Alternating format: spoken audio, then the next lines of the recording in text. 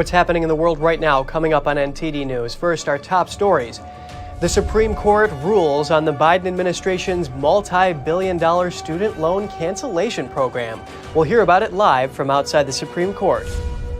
People from across the country are in Philadelphia to hear Republican presidential candidates and conservative thought leaders. They are speaking on parents' rights. Transportation Secretary Pete Buttigieg is shooting down attempts to question President Biden's mental capacity. He says it's not about age that matters, but whether you can do the job. New York City Mayor Eric Adams invokes slave terminology during a public confrontation. He was criticized over rent increases in New York City. Google is removing news links on its platforms across Canada over a new tech law. That's just a week after Meta announced it would do the same for Facebook and Instagram.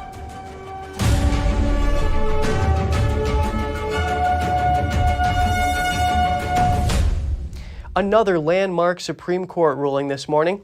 We're going to get into this in just a minute. I'm Kevin Hogan. You're watching NTD News. The Supreme Court is striking down the Biden administration's multi-billion-dollar student loan cancellation program. Joining us live from outside the Supreme Court is NTD's Iris Tao. Iris, bring us the latest on this. Hey, good afternoon, Kevin. Yes, so in another landmark 6-3 Supreme Court ruling this morning, the High Court effectively ruled to end the Biden administration's student loan cancellation program, which would have canceled debts for some 40 million Americans, but also caused taxpayers some more than $400 billion in taxpayer money. So in his ruling this morning, Chief Justice John Roberts basically said that the Biden administration did not have the legal authority to wipe out such a massive scale of debt. And we know that this whole case started when the Biden administration first proposed that it wanted to cancel up to $20,000 in student debt for those Americans who are making less than $125,000 a year. But then 6 Republican-led states sued, arguing that the Biden administration did not have that legal authority to do so by itself without congressional approval. And the Biden administration, of course, argued that it does because under what's called the HEROES Act in the aftermath of 9/11, they said that they do have the authority to do just that. But the Supreme Court this morning made clear that no, the HEROES Act does not give the Biden administration that authority, and it asked that the Education Secretary under the HEROES Act could have the authority to waive or modify existing provisions about these financial aid programs, but not to rewrite the statute from the ground up. Of course, we see the Supreme Court here, Iris, curbing the president's power to act alone. What can you tell us about the Biden administration's response? So, of course, we know that President Biden has long been defending his decision to try to wipe out student loan debts. And he's basically saying that it's necessary to relieve the burden for millions of Americans, especially coming out of the pandemic.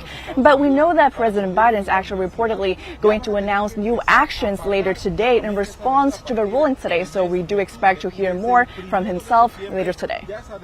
Well, we're going to have to see how this political defeat in preventing him from fulfilling a campaign promise will affect his chances in 2024. But Iris, what can you tell us about the impact this is going to have on students nationwide?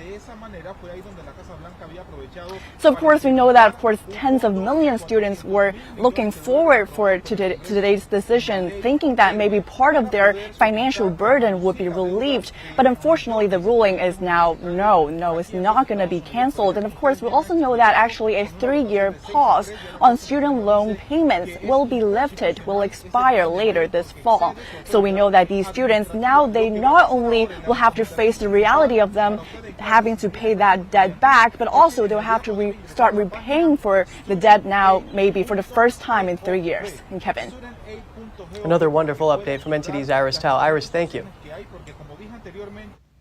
We have another major ruling from the Supreme Court this morning. A Christian web designer is allowed to refuse to make same-sex wedding websites. The court found Colorado's anti-discrimination law violated the web designer's rights. The court ruled 6-3 in favor of web designer Lori Smith. The decision takes power away from states' public accommodation laws when applied to artists. 5 years ago, the Supreme Court ruled in favor of another business just miles from Smith's business. That was a wedding cake maker who refused to make a cake for a gay wedding. The Colorado cases have come about as states add more LGBTQ protections to their anti-discrimination laws. Various wedding services providers have brought forth legal challenges to keep their services limited to heterosexual couples. Next, we hear some insight about the recent Supreme Court ruling on affirmative action. We address how this impacts different races in the U.S., as well as a vision for the future. Joining me now is Lily Tong Williams, a survivor of Mao's Cultural Revolution and a candidate for the United States House of Representatives from New Hampshire. Lily, it's great to speak with you. Well, thank you for having me again. Now that the United States Supreme Court has struck down affirmative action in college admissions, what direction do you expect to see the United States go in terms of opportunity and a system that rewards achievement? I hope this will move us forward, not backward, in order to achieve individual meritocracy and American excellence, and based on individual, merits, not based on any skin color or race. So I think this is a big victory, not just for aging Americans and for all Americans. We need to go back to the basics and values of this country, which is, personal achievement, excellence. And you mentioned different races here in your response. How do you think affirmative action affects Black people? Well, I think that we urge Black people to come out, actually, to support this publicly, instead of, trying to still buy into the narratives from the left. And they live in the greatest country on earth, and they are making huge progress every day. I hate to say that actually liberals on the another side to say, oh, Black people cannot make it because it's merit-based now. That's so insulting to all the Blacks in this country. Some of them are very successful. We have a vice president who is half Black. So don't throw this at them. I think they will make it, and they will strive for excellence just like everybody else in this country. And Lily, you mentioned the American dream in your Twitter post. How does this ruling help people living in the United States achieve this? Well, American dream to me is a freedom, prosperity, and the equal protection under the law. So I think this is a great step to move forward for everybody to be able to live in their American dream. But fundamentally, the responsibility is on our own shoulders. And lots of immigrants come to this country like me with nothing and could not even speak English. I'm living American dream. I'm a proof that American dream is alive. I have a 3 home business. I'm running for U.S. Congress. Where else I can go? If you just based on your individual character, meritocracy, right? It's like there's no place I can go in this world to achieve what I have achieved in this great country. And Lily, I wanted to ask you, do you see any parallels between Mao's China and efforts to promote equity here in the United States in regards to things like affirmative action? I have warned people, equity is a communist term. Mao actually used his own affirmative action, which is called Workers, Peasants, Soldiers College. So you don't have to have any meritocracy to get into college. It's only based on your class, your economical status under Mao. And my father was one of them, got recruited into Workers College.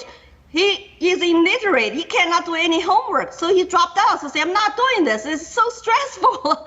And so I see that similar stuff is happening here. That's why I said we should not even talk about equity. We should talk about American excellence and meritocracy and personal responsibility. And that's the American way to achieve your American dream. And Lily, how can people follow up with you? Go to my website, lilytongwilliams.com. I'm very active on Twitter. You can see my Twitter feeds at the bottom of my homepage. And follow me and share my stories, my messages. I want to send a very unifying, positive message to all over the country. And let's move our country forward to a colorblind society.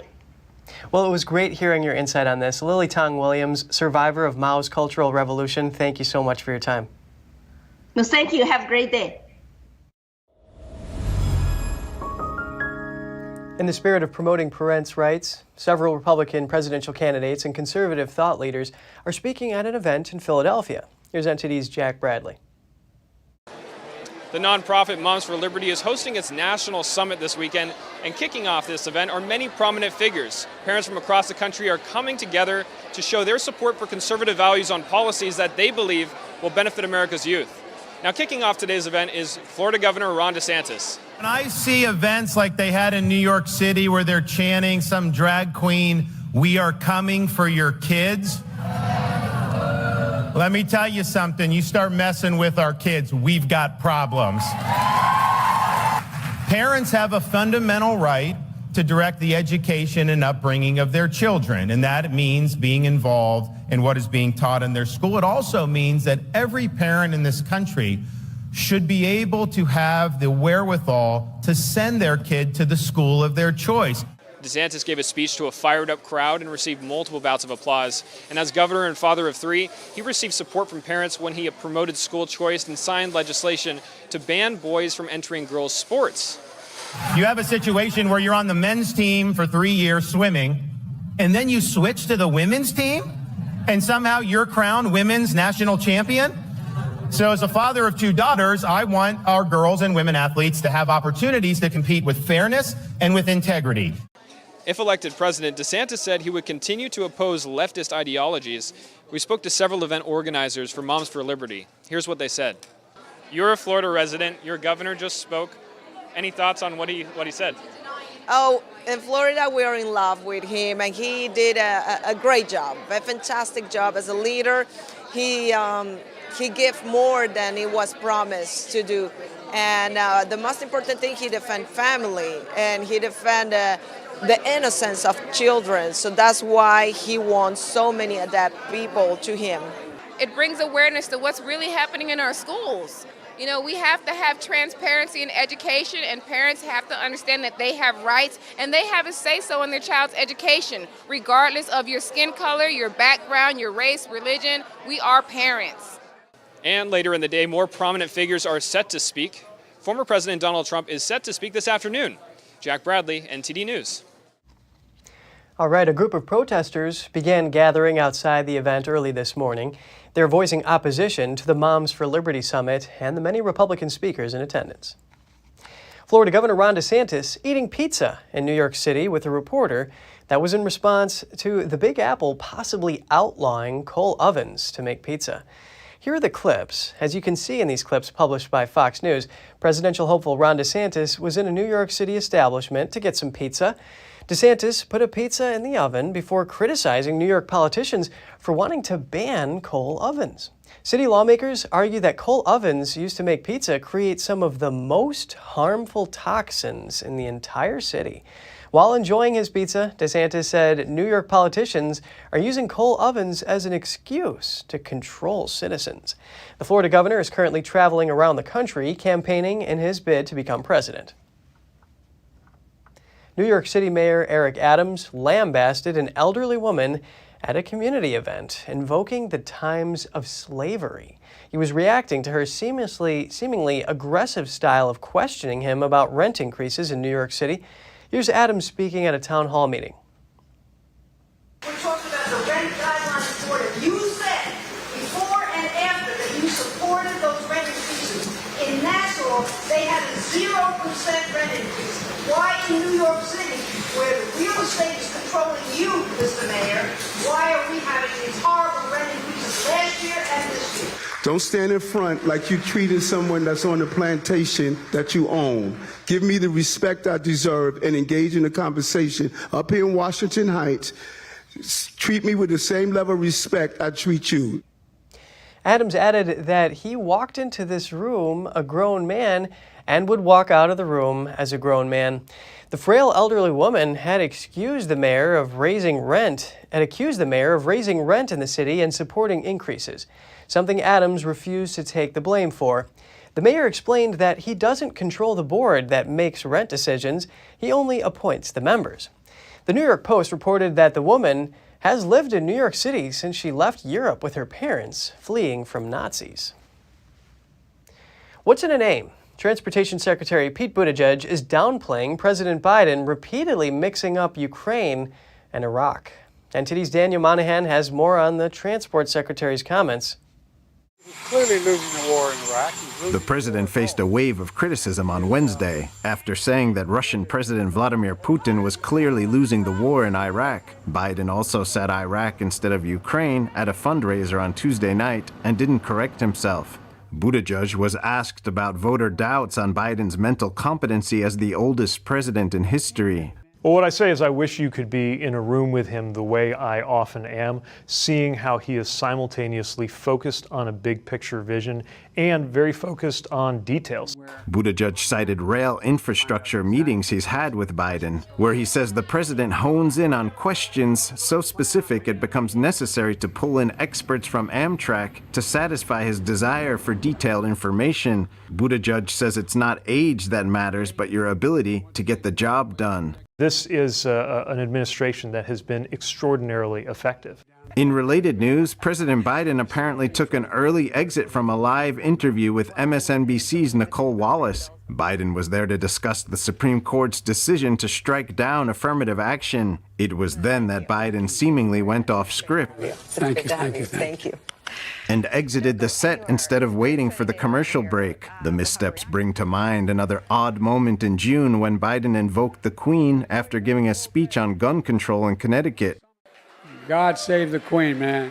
Before navigating his way off stage. Daniel Monahan, NTD News.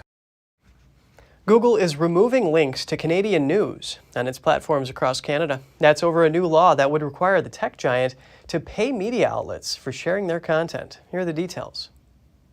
Canada passed the Online News Act last week. It requires both Google and Meta to pay news publishers for content that appears on their sites if it helps them generate money. Google on Thursday responded to the new law, saying it will be removing links to Canadian news from its Search, News, and Discover products in Canada. The tech company issued a statement saying Bill C-18 has become law and remains unworkable. The government has not given us reason to believe that the regulatory process will be able to resolve structural issues with the legislation. According to the law, the tech giants have to enter into agreements with news publishers to pay them. However, it's still unclear how much that could cost and how the bargaining process would unfold. Canada's Heritage Minister responded to Google's decision, saying big tech would rather spend money changing their platforms to block news from Canadians instead of paying a small share of the billions they make in advertising dollars. Meta made a similar announcement last week, saying it would remove news from its social media platforms Facebook and Instagram in Canada. The law's details are likely to become clear after the bill's regulatory process is complete. It's set to take effect by the end of the year. Just ahead, a cyber attack targets companies under contract with a large federal government agency. We have that and more for you in just a moment.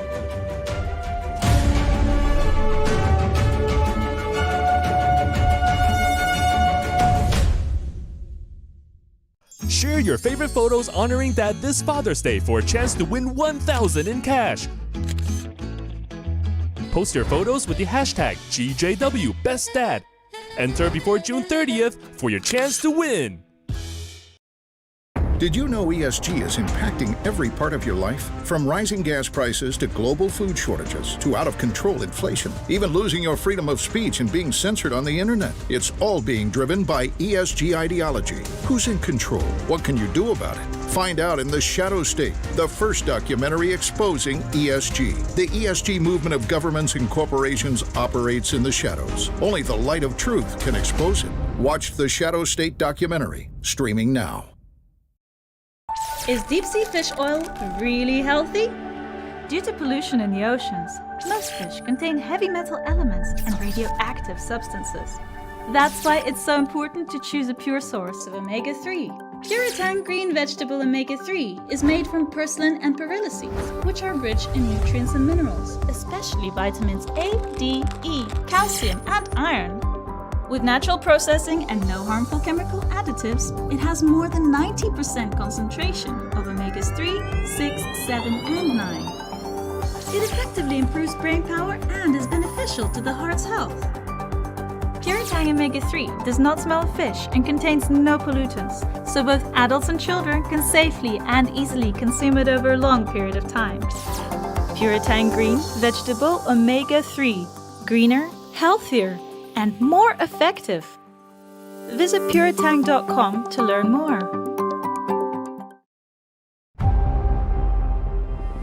The homeless problem is getting worse, it's not getting better.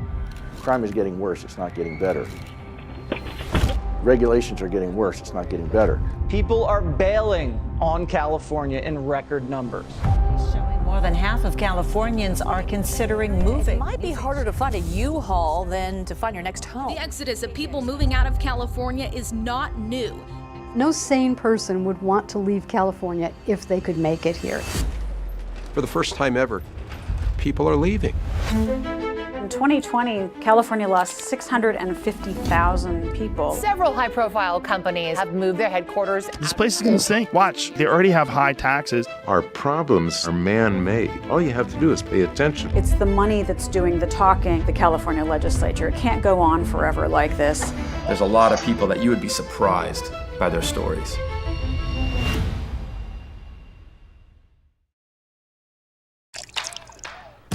You're not going to get it all right. Just make sure you nail the big stuff. Mama! Like making sure your kids are in the right seat for their age and size. Get it right at nhtsa.gov/the-right-seat. It's good to have you back with us. The latest victims of a sweeping cyber attack are companies the Department of Health and Human Services contract with. At least 100,000 people may have had their data compromised. Officials believe a Russian criminal group carried out the attack. It exploited a weakness in transfer software called MoveIt. It's the same method used in recent attacks on companies, schools, and government agencies. The company that makes the software has issued a security update, but hackers had already infiltrated the system. So far, the hacking group has not installed any ransomware on target systems. Instead, investigators believe they are targeting individual owners of stolen data with extortion demands. It's not known who they have approached or if anyone has paid money. You may recall hearing about fraud in COVID relief programs for businesses. A federal watchdog is putting a number on how much money was handed out to fraudulent claims, a total of more than $200 billion. That's 17% of the $1.2 trillion the Small Business Administration distributed.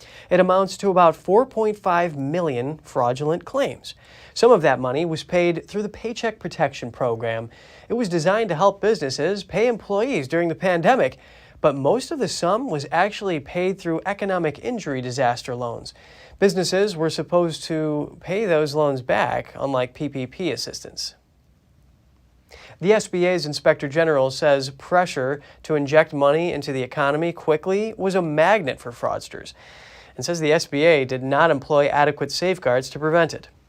The Justice Department has taken action against dozens of people for defrauding Medicare and Medicaid. They've been at it for 2 weeks.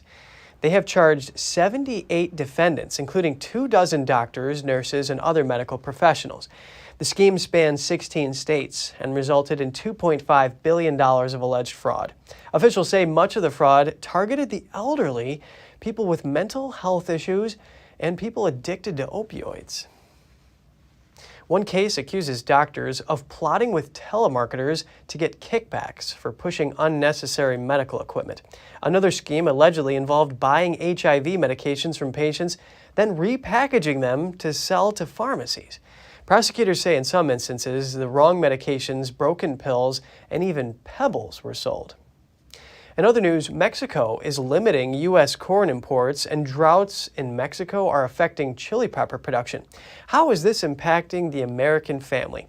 NTD Business's Don Ma talks to the head of the U.S. Hispanic Business Council. And joining me now is the CEO of the U.S. Hispanic Business Council, Javier Palomares. Now, what I wanted to talk to you about is recently Mexico wanted to restrict GM white corn for human consumption and possibly eventually also veto GM yellow corn for animal feed, and as well as slapping a 50% tariff on white corn imports. So now Mexico imports about $3 to $5 billion worth of U.S. corn, the vast majority being GM yellow corn. My question to you is this going to hurt the U.S. in terms of trade? Undoubtedly it will. A tariff could mean that corn production will be disincentivized in the United States, and that ultimately could create food inflation within our own country, which obviously would hurt the American family, the American economy. Keep in mind, Don, that America consumes some $73 billion of corn a year, but only about 10% of that is used in the form of food. The other 90% is used in a variety of products, from ethanol to livestock feed to soap and even batteries. And so disincentivizing the production of corn will mean a smaller crop. The prices for the available corn will undoubtedly go up, and that will impact a variety of industries within the American economy. Okay, now about the apparent Mexican chili pepper shortage due to droughts. This is already affecting prices. For example, sriracha sauce going through the roof now. But I would imagine the impacts go beyond that, right? It does. Again, as I mentioned, hot sauce is now the #1 selling condiment in American cuisine. Some 75% of Americans consume hot sauce or salsa on a daily basis. So ultimately, the American family gets impacted. The American table gets impacted as these costs go up. Additionally, further down the road, we will see less and less availability of the hot sauces, and what is available will cost even more than it does now. And so the #1 selling condiment in American cuisine is hot sauce. It's surpassed ketchup long ago. And so as the supply of peppers is diminished because of a drought, the cost of the peppers goes up, the cost of creating the sauce goes up, and ultimately the American family, which consumes 75% of Americans on a daily basis, consume hot sauce. And so ultimately the American family pays for something like that. When you look at a foreign government imposing a tariff on our exports of corn, again, it means that corn producers will be disincentivized. There will be less corn produced. The price of the available corn will go up. And as that price of the available corn goes up, ultimately the American family gets impacted. Again, only 10% of our corn production goes into food, but the other 90% is consumed by the American family in the form of batteries, cosmetics, in the agricultural sector to feed the animals that are part of the agricultural sector. So all of these things are interconnected. I think as a society, as a nation, we should focus on the things that we can control and try to help our agricultural sector as best we can. Thank you so much today for speaking with me, Javier. Thanks for having me, Don. Have a great weekend. Coming up, a fashion company, a microcosm of U.S.-China relations. Find out why Shein's efforts to boost public relations is facing backlash. Were influencers misled? A Hong Kong filmmaker loses investors and actors over Beijing fears. Films in the city face increasing censorship. We'll have more for you in just a moment on NTD News Today.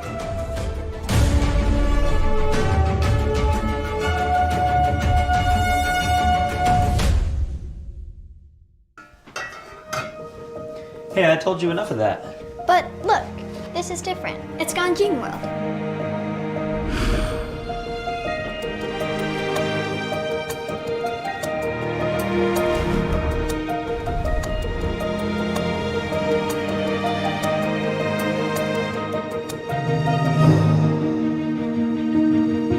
Ganjing World. Family-friendly entertainment.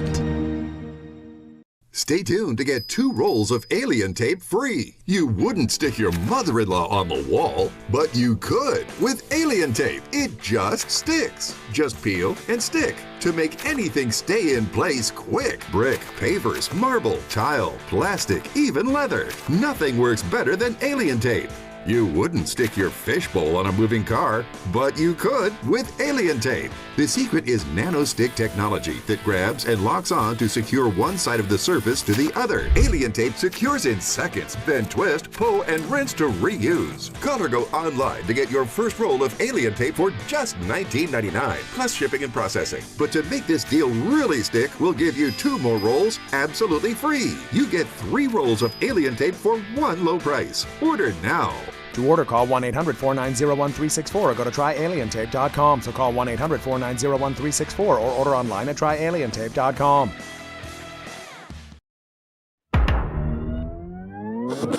Tired of scrolling Netflix? Trying to find something that's worth watching? Want to skip the censorship in mainstream media? Well, now you can with Epic TV. New exclusive content every day with over 100 never-before-seen movies, films, and documentaries. Available and streaming now at your fingertips. For a limited time now, you can get 60% off Epic TV by subscribing or upgrading to a yearly plan. Plus, get an additional $10 credit to rent featured movies on Epic Cinema today. Skip mainstream narratives and find quality family entertainment from the comfort of your very own home. Say no to big tech and subscribe to Epic TV.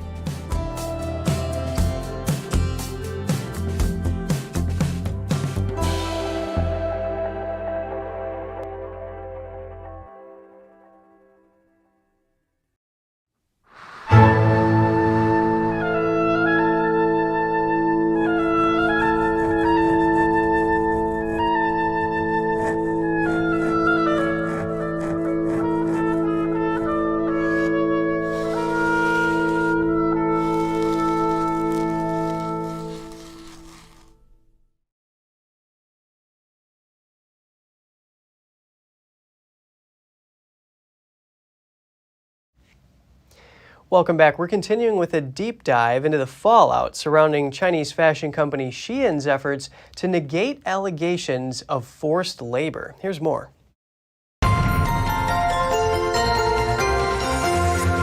Please welcome Anders Kaur. He's the publisher of the Journal of Political Risk. He joins us now to discuss the backlash that fashion company Shein faced after flying in social media influencers for public relations. It's great to have you with us, Anders. What do you make of this?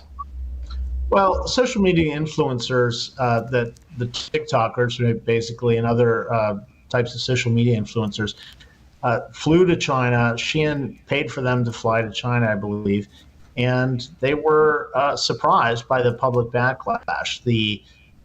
They were toured around in different factories.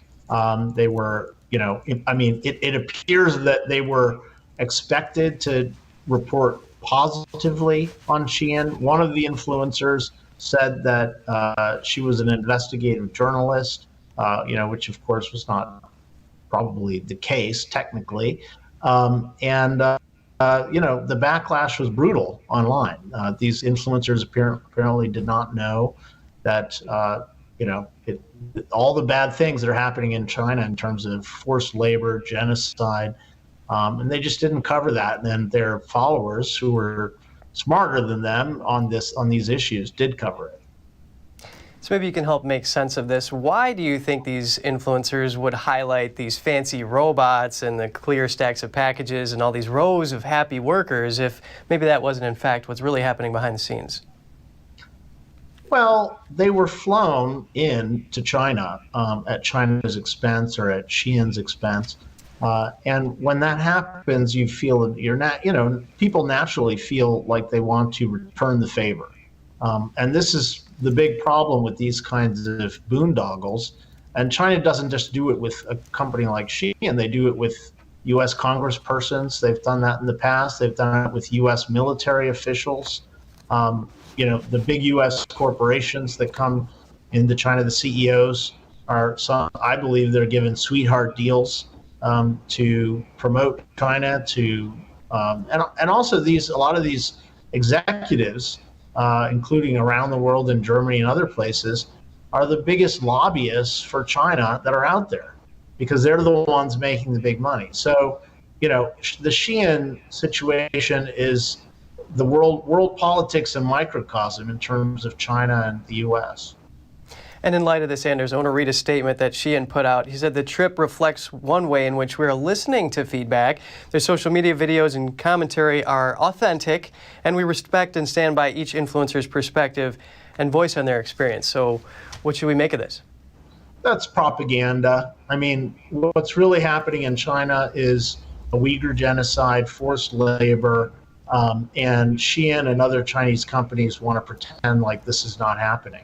And in fact, it's illegal in China for people, companies, businesses to get this information out. They don't let people into regions like Tibet and Xinjiang where there are these atrocious human rights abuses, and instead they bring the influencers to some fancy factories that are today's Potemkin villages. So Anders, what can you tell us about the reported IPO of Shein in the United States? There's Reuters did a report that there's an upcoming IPO that was filed, and Shein has denied that in CNBC reporting. And so, we don't know what to think about it exactly, except what we do know is Shein shouldn't be allowed to do an IPO in the United States because U.S. investors, global investors, will dump billions of dollars into a Chinese company. I mean, it's Singapore headquartered, but ultimately most of their business is in China, and they were founded in China.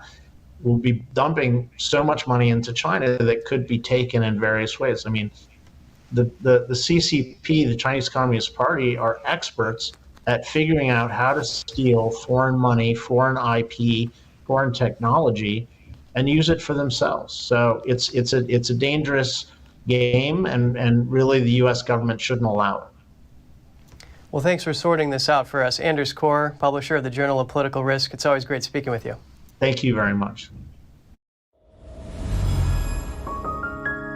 2 years ago, Hong Kong director Kiwi Chow screened an acclaimed documentary on the democracy movement in Hong Kong. But now, he says investors are scared to invest in his projects. Here's the story. Revolution of Our Times, a documentary about Hong Kong's pro-democracy movement, won praise at the Cannes Film Festival 2 years ago. But now its acclaimed director, Kiwi Chow, says investors are scared to back any more of his projects. The same year the film came out, Hong Kong introduced a censorship law to bar films that might endanger national security. The measure followed the national security law Beijing imposed on the Asia financial hub in 2020. Chow said the pressures he's now facing Hong Kong filmmakers, with many choosing to move abroad because of the increasingly restricted space at home. You could say that actors at Hong Kong's film companies are filled with fear, which overshadows everything. In my case, this fear is particularly pronounced, but they may not experience it to the same extent with other directors. You could argue it's an individual situation, but it could also be seen as a broader experience of immense political pressure and intense self-censorship. Chow scrambled to complete his new film, Say I Do to Me, after investors pulled 80% of its funding and the main actor withdrew. Although the film, a love story about a young woman on a journey of self-discovery, is far from political, Chow said investors told him they could not take the risk as they still had business with China. He also said the actors were pressured by their management not to work with him. In the end, about 40 to 50 supporters injected fresh funding so the film could be completed. Many investors withdrew their support because of sensitivities surrounding my documentary, Revolution of Our Times. There's also many others who witnessed investors for Say I Do to Me pulling out, which made them unite to gather funding for my film. Despite the disappointing box office performance, I can't help but feel a sense of unease about those investors. Since the censorship law was introduced in October 2021, a Reuters tally shows at least 21 movies and short films have had scenes cut or their release blocked by Hong Kong's Office for Film, Newspaper and Article Association. In an email statement, the office said it had processed about 5,000 applications for film classification since January 2021, denying approval for public exhibition to 6 of them. It declined to comment on individual films. Meanwhile, Culture Secretary Kevin Yun has previously warned that government funding would not be allocated to film projects that might infringe upon the national security law. After the break, drones are buzzing above Southern California, taking out mosquitoes. A huge spike after a wet spring raises concerns about the diseases they spread, so stay informed with us when we return.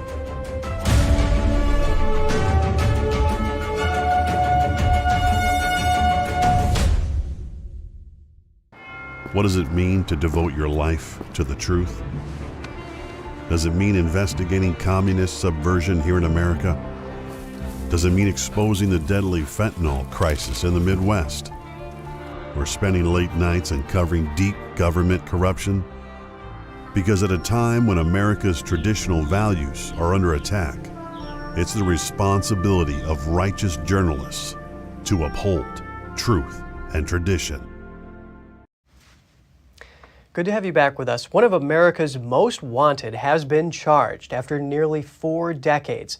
Wanted for the murder of Cynthia Wood in 1984, Donald Santini was caught in San Diego after avoiding arrest for 39 years.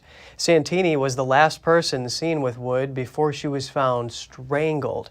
He appeared on America's Most Wanted list several times. Santini is currently in custody in Hillsborough County, Florida, and he has been charged with first-degree murder.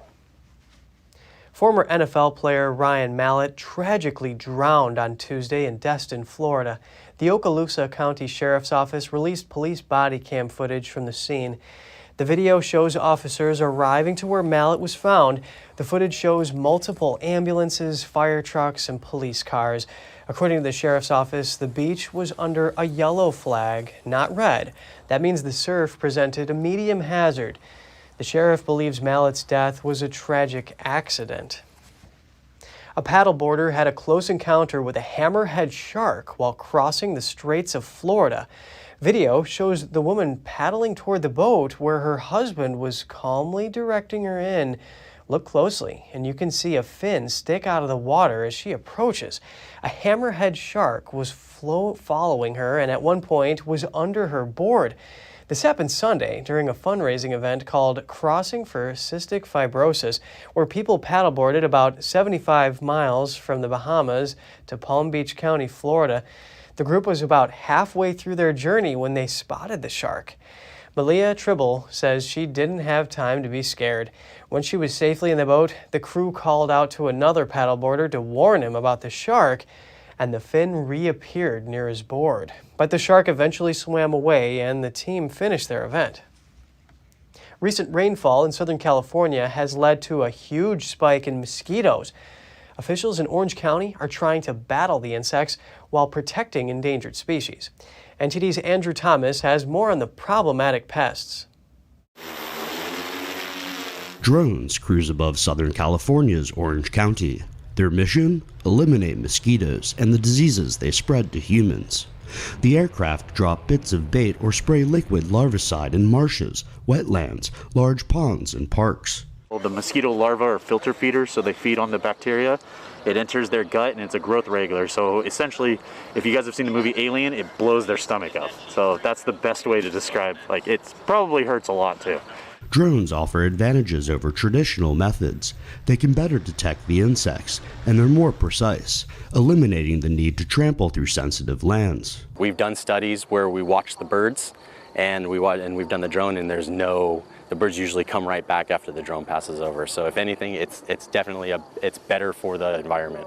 Mosquito-borne diseases have long been recognized as a public health threat, and the concern is rising. There's a lot of groundwater moving around, flood water or whatnot, that's just sitting underground. It's producing a ton of mosquitoes.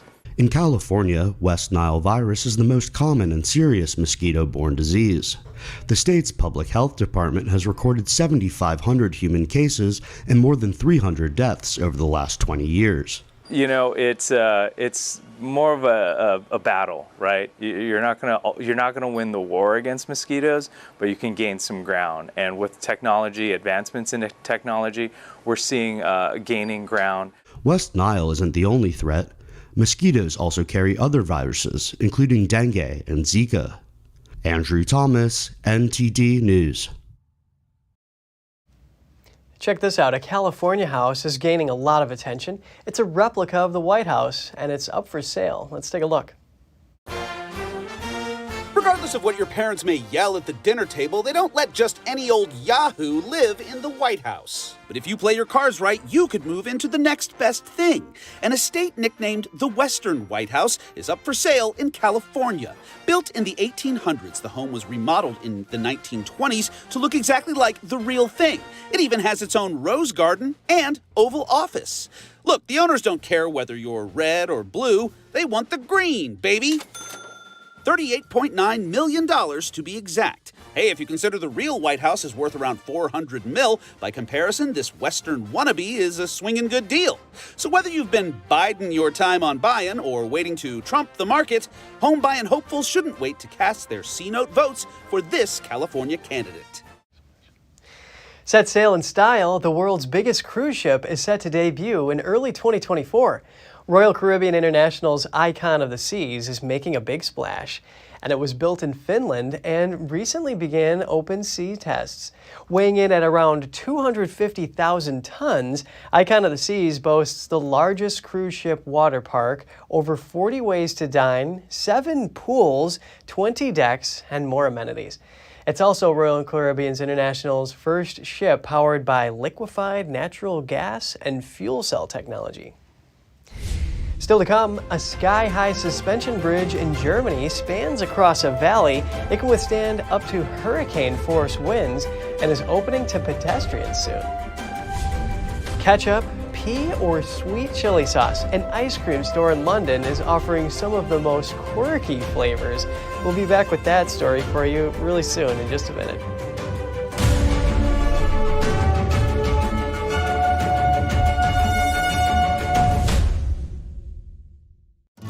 Say goodbye to harsh, bitter coffee and hello to a delicious, smooth brew.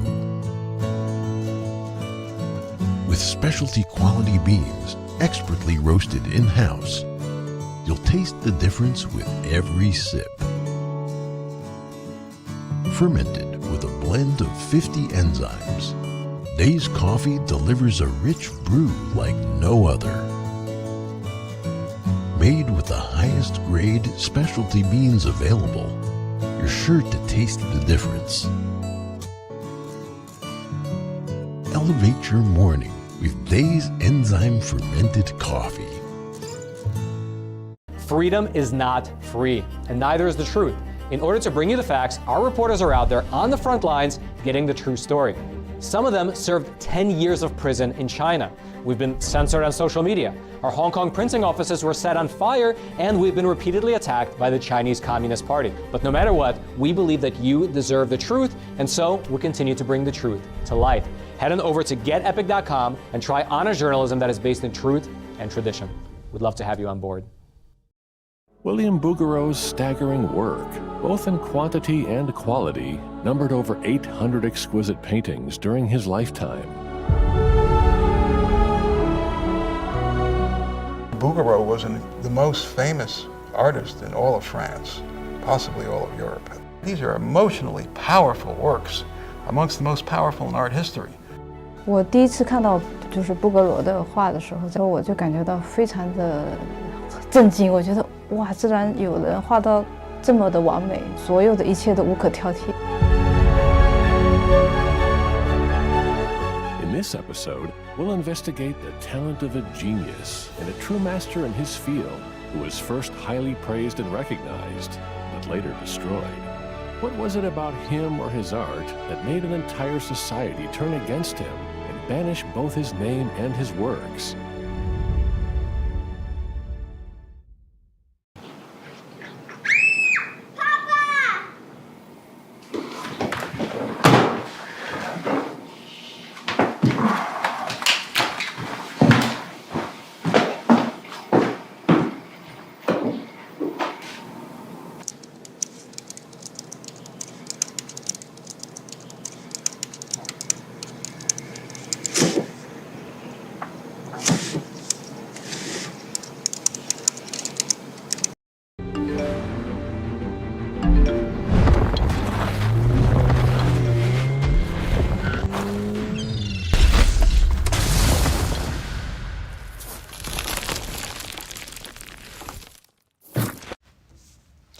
Welcome back. Astronomers say a Jupiter-like exoplanet 520 light-years away may have survived the destruction of its host star.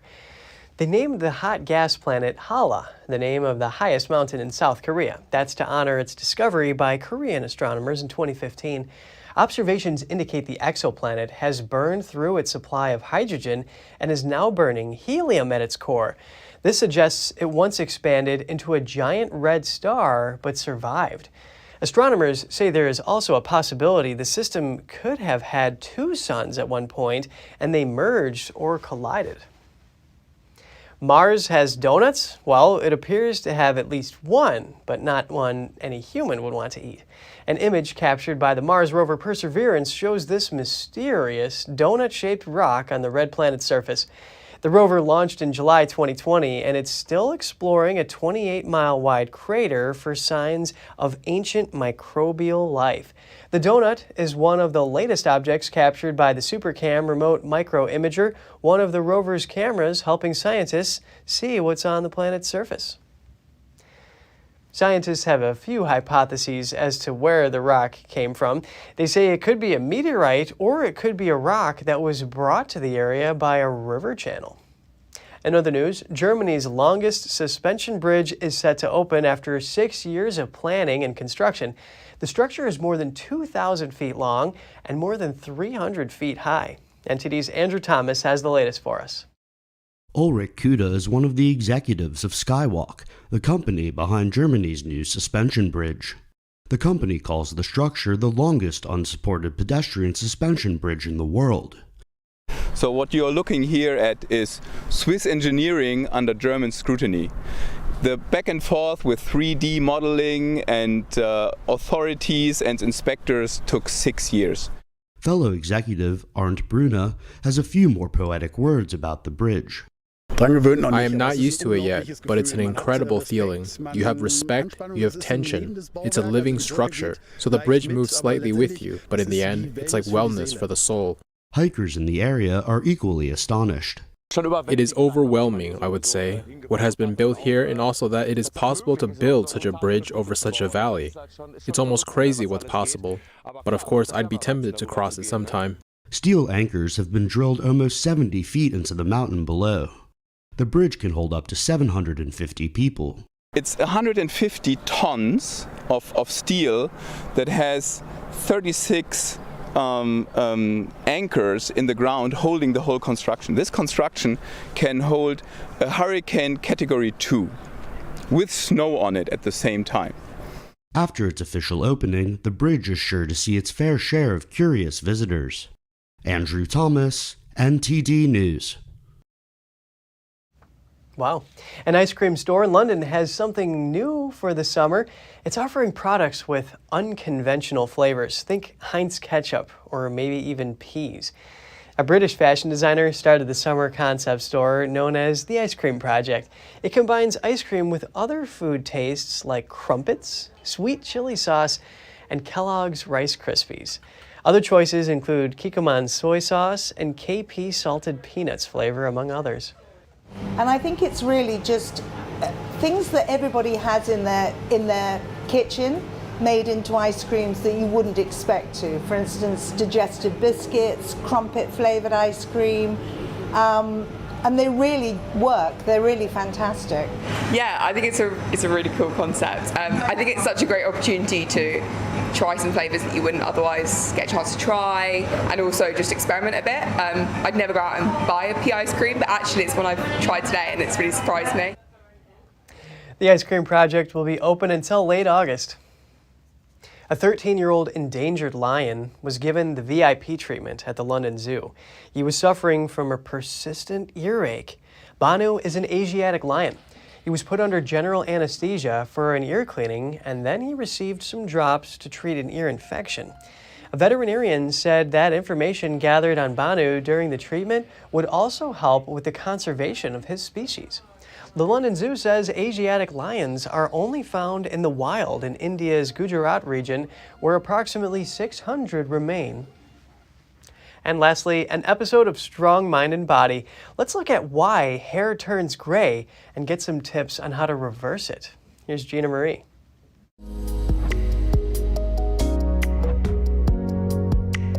Our busy modern lifestyles can turn us grey at a young age. A quick and easy solution is hair dye, but what about the chemical health hazards? Are there better ways to return grey hair to its original colour? According to Chinese medicine, the answer is yes. TCM says that the hair is a manifestation of deep-rooted blood health. In Chinese medicine, blood is considered a fluid that nourishes the body. Qi also affects hair colour. Qi is the energy that fuels the body. It's derived from the food we eat and the air we breathe. Qi and blood are first supplied to other body organs, and the hair is the last place they reach. Therefore, if the circulation of qi and blood is insufficient, hair may fall out or thin as well as turn grey. Emotions and worries are also key factors affecting hair greying and loss. Two ancient references include Wu Ziyu, a grand warrior of ancient China, and Queen Mary of France. They both had their hair turn grey overnight. There are three main reasons why modern-day people are more likely to grow grey hair.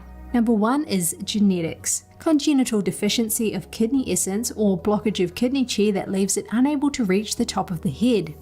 Number 2, unhealthy daily habits. These can include smoking, drinking, intemperate eating, overeating of greasy, sweet and hot food, staying up late, excessive sex, and other habits that cause excessive fatigue, anxiety, and depression. Number 3, diseases of the kidney, liver, and spleen. Certain foods may help to turn grey hair to its original colour. Consider black sesame seeds. Try 2 teaspoons of roasted black sesame seeds daily. It may turn hair to its original colour after 2 years. Next is raw ginger. Apply it where grey hair grows once a week. Next on the list is combing the hair. Head or hair combing can promote blood circulation in the head, and it's also effective in improving grey hair. Once you succeed in taking good care of your body, your hair colour may return. That's all for today's program. Have a great weekend. I'm Kevin Hogan, NTD News, New York City.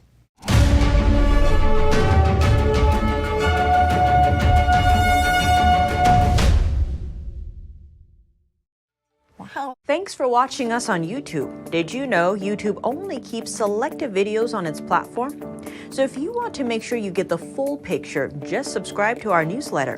Go to newsletter.ntd.com and sign up. It's free.